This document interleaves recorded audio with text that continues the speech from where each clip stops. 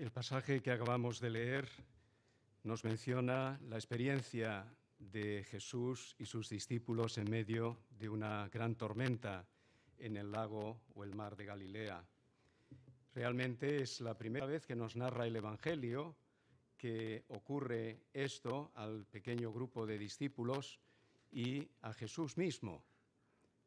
Sin duda alguna, a Jesús no le debió venir desapercibido lo que iba a ocurrir cuando les dijo al final de una tarde larga y de un día largo de predicación que pasaran al otro lado del lago.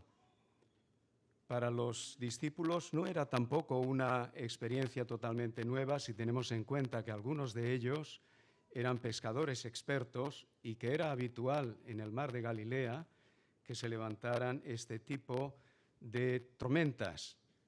El mar de Galilea está a unos 209 metros bajo el nivel del mar, con lo cual en ciertas épocas del año se calienta mucho el agua que hay encima, el aire que hay encima del agua, y por otro lado está rodeado de montañas y a veces entran unas corrientes de aire frío que producen unas tormentas muy fuertes en el lago.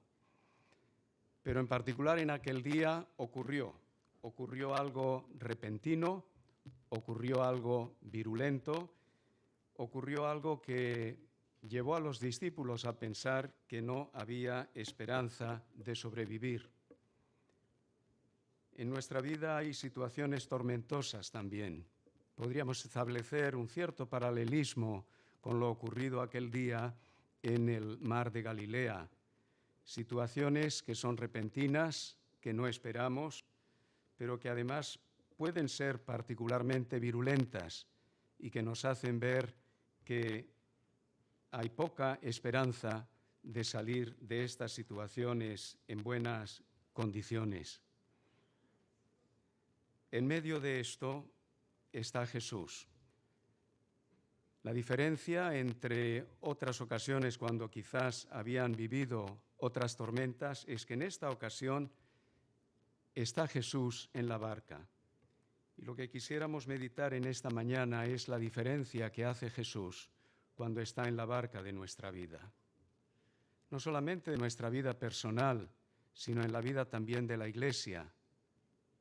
La Iglesia también pasa en ocasiones por situaciones tormentosas, pero hay una gran diferencia cuando realmente Jesús está presente y es reconocido como quien es Él en medio de la tormenta. Vamos a ver en esta meditación cómo este pasaje se centra justamente en la presencia de Jesús, en la autoridad de Jesús y en su llamada a los discípulos como conclusión de aquello que estaban viviendo. Pasemos en primer lugar a ver la presencia de Jesús en la tormenta. Nos dice el texto que hemos leído en el versículo 38 que Cristo estaba en la popa, durmiendo sobre un cabezal, y le despertaron y le dijeron: «Maestro, ¿no tienes cuidado que perecemos?». Al igual que ocurrió con aquellos discípulos, las tormentas de la vida nos hacen ver nuestra vulnerabilidad. Aunque nos creamos fuertes, que somos capaces de afrontar situaciones difíciles en la vida, aunque incluso, como es normal, hayamos pasado por situaciones difíciles, la realidad es que hay determinadas pruebas en la vida que nos ponen a prueba, valga la redundancia, que nos hacen ante estas circunstancias. Nos hacen de alguna forma más humildes porque vemos que no podemos realmente por nosotros mismos afrontarlo. Jesús está durmiendo. Como ya se ha mencionado, parece que está ausente, y no está ausente, está presente, pero a efectos prácticos es como si lo estuviera. Y los discípulos pues se dirigen a él con un cierto casi enfado: Maestro, ¿no tienes cuidado que perecemos? Podríamos decir que en esta primera experiencia de tormenta en el lago, en el mar de Galilea, los discípulos suspenden. Esta es una característica del Evangelio de Marcos que nos muestra el fallo del discípulo. Con mucha frecuencia, también en otros evangelios, pero de una manera particular el Evangelio de Marcos resalta que no dan la talla. Pero esto es en cierta forma un consuelo para nosotros, porque también nos ocurre como discípulos de Jesús que tantas veces no damos la talla, particularmente cuando llegan los momentos duros y difíciles de la vida, y entonces reaccionamos de una manera similar. ¿Dónde estás, Señor? ¿Por qué pasa esto? ¿Por qué duermes? ¿No nos socorres? No será la única vez que esto va a pasar en la vida de estos discípulos en aquellos años con Jesús, pero era preparatorio para la misión que ellos iban a llevar adelante una vez que Jesús ascendiera a los cielos. Habrá momentos en la vida de estos discípulos y de aquella iglesia naciente cuando también podrían haber pensado: ¿dónde está Jesús? Nos persiguen, nos matan, nos acorralan, toman nuestras posesiones. ¿Dónde está Jesús? El Jesús que parece que se ha quedado dormido y que necesita que le llamemos la atención para que venga a socorrernos. Podríamos decir que esta escena, por un lado, muy humana, una reacción totalmente comprensible de unos discípulos que se dan cuenta que a pesar que son expertos en el mar, no pueden con las fuerzas del viento y del mar. Están para ser anegados totalmente y sucumbir bajo la tormenta.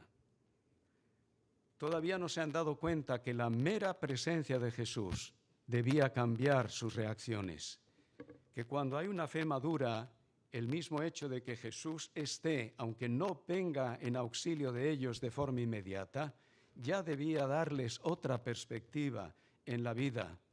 Pero su fe es todavía muy inmadura. Por eso Jesús al final, cuando ya después de haber calmado el mar, les dice: ¿por qué estáis así amedrentados? Vaya pregunta, podríamos decir. ¿No ves que íbamos a perecer? ¿Cómo no tenéis fe? El Evangelio de Mateo, en este mismo pasaje, Jesús les dice: hombres de poca fe. Podéis decir, no es lo mismo poca que no tener nada. ¿En qué quedamos? ¿Eran de poca fe o no tenían nada en absoluto de fe? Bueno, ellos habían dejado todo para seguir al Maestro, por lo tanto, algo de fe tenían. Habían visto milagros de Jesús ya en cantidad. Si miráis solamente los capítulos anteriores, los 3 primeros capítulos de Marcos, veréis que efectivamente Jesús ya se ha revelado como alguien que tiene gran poder.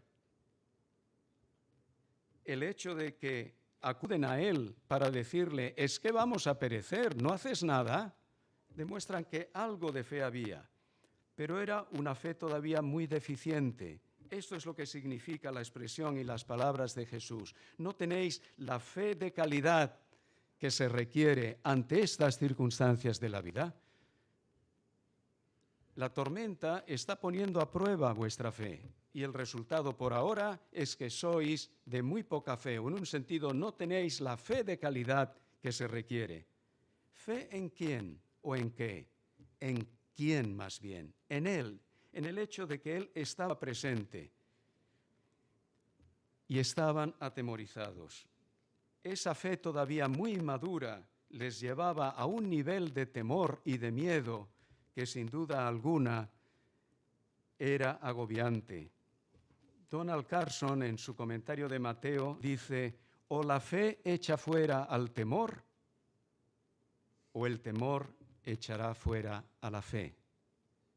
Es natural el sentimiento de temor, en cierta forma nos pone alerta. Es una luz roja que nos advierte de que hay un peligro. Esta es una reacción normal y natural. Pero cuando somos dejados llevar por ese temor, entonces nos paraliza, entonces nos saca de quicio, entonces realmente la fe es echada fuera.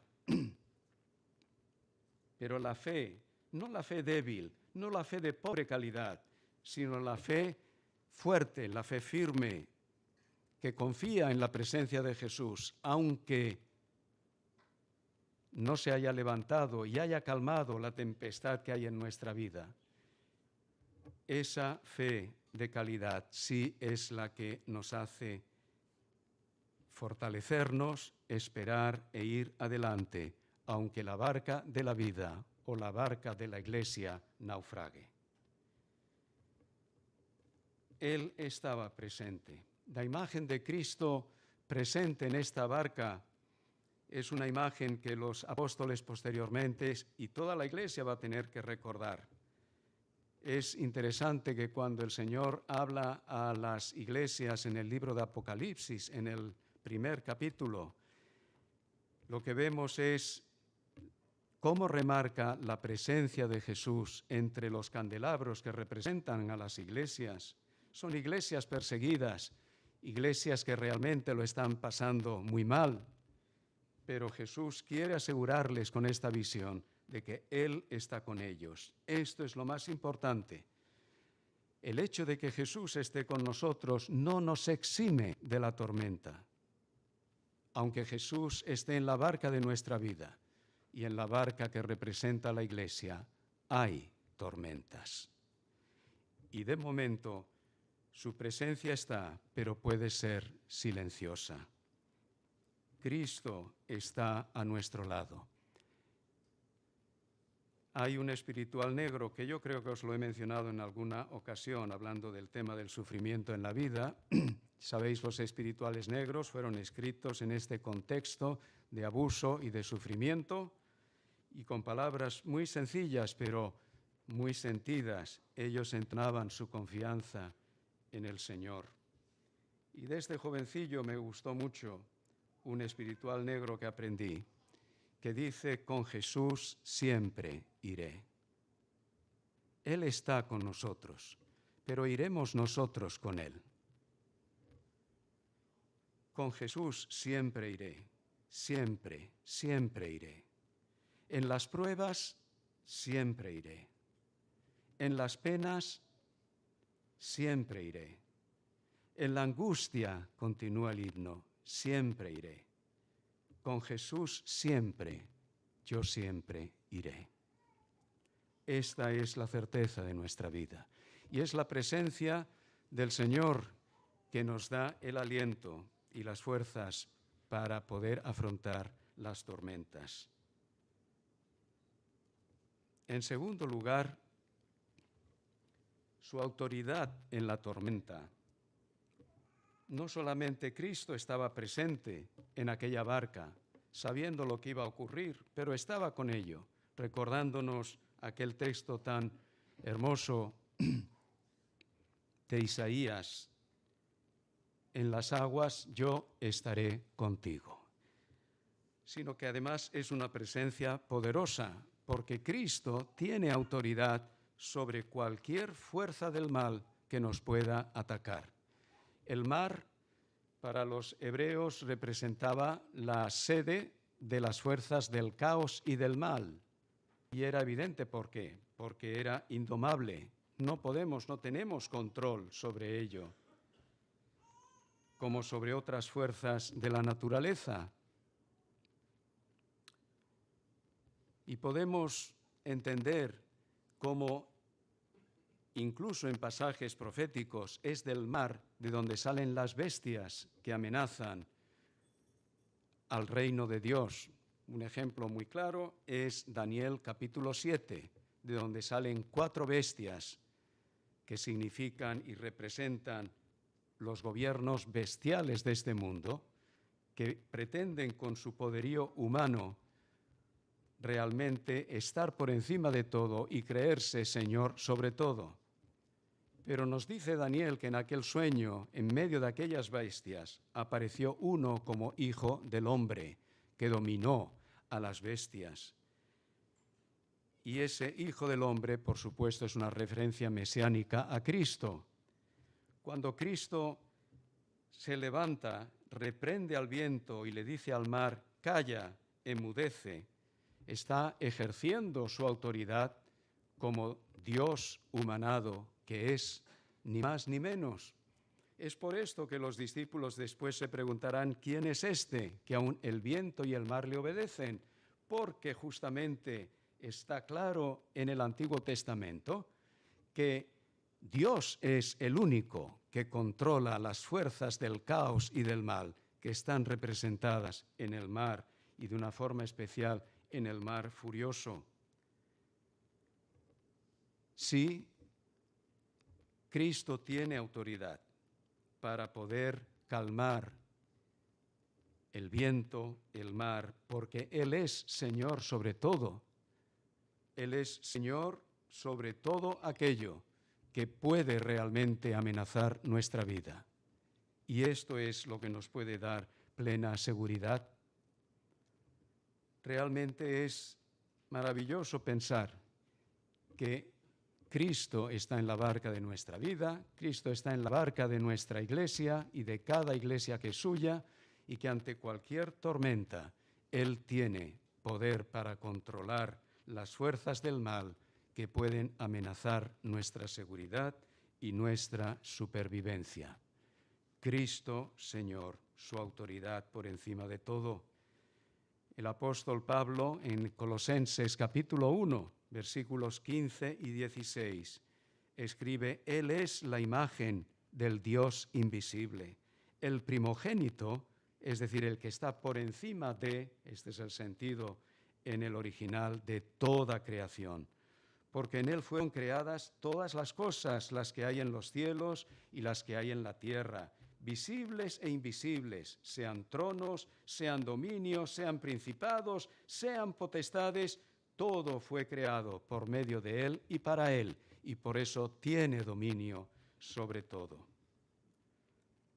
Recuerdo hace ya años, siendo pastor en Móstoles, que fui a visitar a un hermano que estaba en el hospital y en la sala de visitas había una mujer que comenzamos a charlar. Su madre, no recuerdo qué enfermedad tenía, estaba muy mal, y me dijo en aquella conversación, bueno, hay que aceptarlo así, es la madre naturaleza. Es interesante, obviamente, esta mujer reconocía que la naturaleza, por hermosa que sea, y la realidad natural, pues tiene también un serio problema. Reacciona muchas veces como no quisiéramos, y por eso hay terremotos, por eso pues hay inundaciones, por eso nos aparecen los cánceres, por eso tenemos problemas neurológicos, y la lista es muy larga. Es parte de la naturaleza, pero la naturaleza, esta madre naturaleza, en palabras de esta mujer y una expresión común, pues es como es, y de vez en cuando nos da estos sustos. La respuesta de esta mujer no cristiana era, tenemos que aceptarlo, era de la aceptación de la realidad, porque así es la madre naturaleza, y estas tormentas en la vida y estas situaciones ocurren. La palabra de Dios nos hace ver que efectivamente la naturaleza puede ser así de salvaje y estas cosas pasan, pero no tiene la última palabra. Por encima de la madre naturaleza está el Padre Dios, el Padre Creador. Él sí es el Señor de la naturaleza.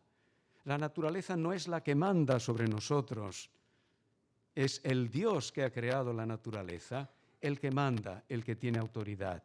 Y Jesús, al calmar estos vientos y estas olas y el mar enfurecido, está diciendo, yo soy el Señor de esta naturaleza. El poder de Dios se ha acercado a nosotros para destruir las fuerzas del caos y del mal. y estamos en medio de ello todavía. Somos afectados por ello, sin duda alguna. Aunque Jesús está con nosotros, la tormenta existe, pero Él está con nosotros. Y esas fuerzas están bajo su control, lo cual quiere decir que si Él no las calma, es por algo. Tiene un propósito. Y en cualquier caso, estamos bajo su cuidado y su control. Y no conseguirán las fuerzas del mal el propósito por el que ocurren simplemente teniendo en cuenta a la madre naturaleza. Qué consuelo es para nosotros cuando la tormenta aparece en la vida, cuando Jesús parece no despertar del sueño. Jesús está, y Jesús tiene el poder para hacerlo. Él puede cambiar, y en última instancia es el Señor soberano que permitirá que a los que aman a Dios todo ayude para bien.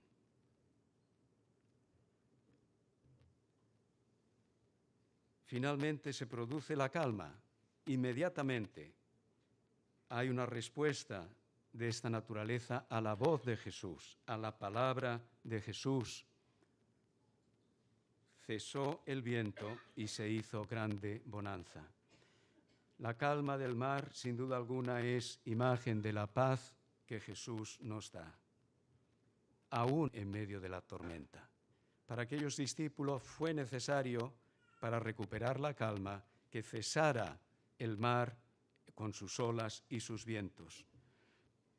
Pero el poder de Jesús para hacer esto nos habla de que aun cuando los vientos no cesen en nuestra vida, Él puede darnos calma en el corazón. Tiene el poder para hacerlo y que su palabra tiene el poder para aportar a nuestra vida la paz que necesitamos. La persecución no cesó para la iglesia primitiva durante años. Los peligros no cesaron para el apóstol Pablo. Las cárceles, los castigos, etc. Y él confiesa, escribiéndole a los corintios, las situaciones difíciles y amargas por las que tuvo que pasar. Sí, él, el apóstol Pablo, en la segunda epístola a los Corintios, en el capítulo 2, habla de la mucha tribulación y angustia del corazón con la que les escribió a los corintios por una serie de circunstancias por las que estaba pasando y que lo hizo con muchas lágrimas. Tribulación, angustia, lágrimas. En el mismo capítulo 2, versículo 13, les dice que no tuvo reposo en su espíritu, que podríamos traducirlo como un estado de ansiedad. Y en el capítulo 7 dice que cuando vinimos a Macedonia ningún reposo tuvo nuestro cuerpo. O sea, el apóstol Pablo habla de tristeza, habla de ansiedad, no reposo en el espíritu, y cansancio, no reposo en el cuerpo. Todo junto, como una especie de cóctel molotov emocional. Una tormenta emocional y real en su vida. Sí. Vimos atribulados de fuera, es decir, más allá de la iglesia, conflictos. De dentro, temores por la situación de la iglesia en Corinto. ¿Qué os parece? Pero, uno de esos peros maravillosos del Nuevo Testamento y de la Biblia, pero Dios, que consuela a los humildes, nos consoló. Y seguía la tormenta. Dios puede calmar con su palabra de autoridad aquella situación difícil por la que estamos viviendo. Él cambia la tempestad en sosiego, dice el Salmo 107. Y a veces Dios no la cambia en las circunstancias, pero lo cambia en el corazón.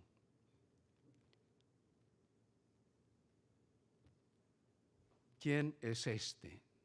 ¿Quién es este que tiene tal autoridad? Los discípulos tendrían que aprender y madurar en su fe, pero es interesante que la misma experiencia de la tormenta da pie a experimentar el poder, la autoridad de Jesús. Y esto va a ser parte del proceso en el que estos discípulos de poca fe, o en un sentido de no fe, van a llegar a ser estos hombres y mujeres de Dios que van a luchar por el progreso del Evangelio, van a ser perseguidos, van a pasar por la tormenta, van a morir como mártires de la Iglesia por el testimonio del Evangelio.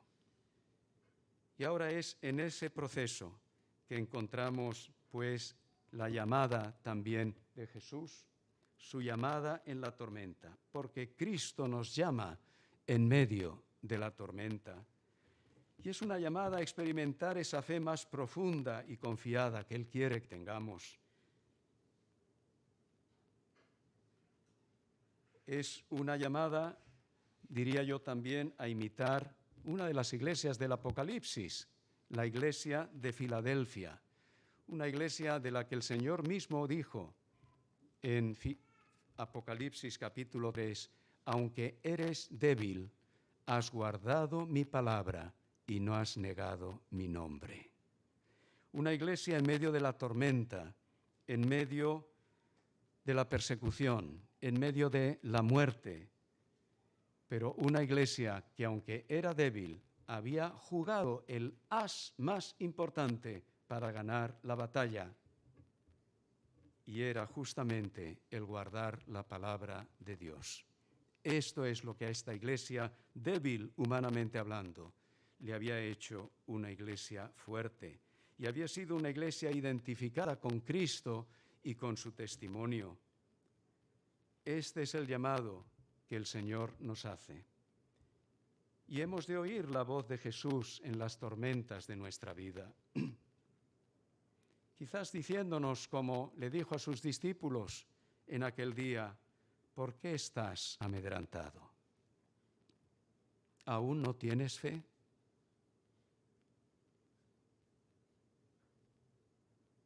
Hemos de orar a Jesús en nuestro temor y quizás incluso en nuestra rabia, porque Él puede cambiar la tempestad en sosiego. Y nos va a asombrar de una manera o de la otra, trayendo paz a las circunstancias o trayendo paz al corazón. Solo Él puede hacerlo. Y cuando ocurra, daremos un paso más en darnos cuenta de cuán grande es Él. ¿Cuál es su autoridad que puede calmar los vientos y el mar?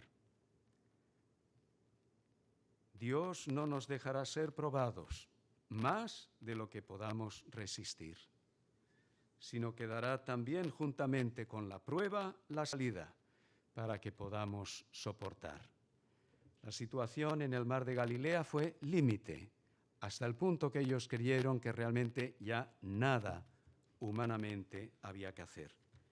Una experiencia similar también justamente a la del apóstol Pablo, cuando le escribe a los Corintios en el capítulo anterior al que leíamos antes. Y decía el apóstol Pablo que no queremos que ignoréis acerca de nuestra tribulación que nos sobrevino en Asia, pues fuimos abrumados sobremanera, más allá de nuestras fuerzas, de tal modo que aún perdimos la esperanza de conservar la vida. Esto es situación límite. Límite. Cuando pierdes la esperanza aún de conservar la vida. Y en la vida puede haber también esas circunstancias para nosotros. No todos los días hay grados de prueba, de sufrimiento o de dolor, pero tarde o temprano te va a llegar la situación límite, cuando pienses ya no puedo más. Recuerda que Jesús está no solo en la barca de tu vida, es que el Espíritu Santo, si eres cristiano, está en ti. ¿Cómo te va a dejar perecer el Señor ante la prueba de la vida si eres templo del Espíritu? si el Espíritu Santo mora en tu vida. Recuerda esto: el Espíritu de Dios está en mí. Dítelo una y otra vez cuando llegues a las situaciones límites donde digas, ya no puedo, no aguanto más, no resisto. Cristo está contigo, porque su Espíritu está contigo. Él te dará la gracia para poder ir adelante. Él calmará la tormenta que se trate, fuera o dentro. Y aunque los vientos y la prueba y la tormenta continúe, Él es el que tiene la capacidad para darte la paz que necesitas. Eso lo han experimentado muchos en el Nuevo Testamento y también en la historia de la Iglesia. Hay un himno cuya letra fue escrita por una joven, Edith Cherry, cuando tenía 23 años. Esta joven fue diagnosticada con una parálisis 7 años antes, cuando tenía 16. A causa de esta parálisis, moriría con 25 años, 2 años después de escribir el himno que vamos a leer a continuación. Pero también este himno fue cantado el 8 de enero de 1956 por los 5 misioneros americanos que morirían 2 semanas después, hacia finales de enero del mismo mes, asesinados por los indios Aucas en el Ecuador, en una playa del río Curaray, en medio de la selva, donde después se encontraron sus cuerpos atravesados por lanzas. Este himno, que seguramente algunos conoceréis y con el que quisiera acabar, y que nos habla de la paz que Dios nos da en medio de la tormenta, de las luchas y de lo que pueda venir en la vida, dice así: descanso en ti, mi defensor y escudo, pues en la lid contigo a salvo estoy. En tu poder a combatir acudo. Descanso en ti y en tu nombre voy. Por fe yo voy, sintiendo mi flaqueza, mas en tu gracia apoyado estoy. En tu poder está mi fortaleza. Descanso en ti y en tu nombre voy. Acaba el himno con estas palabras: tuya es la lucha, tuya la victoria, y la alabanza a ti será, Señor. Amén.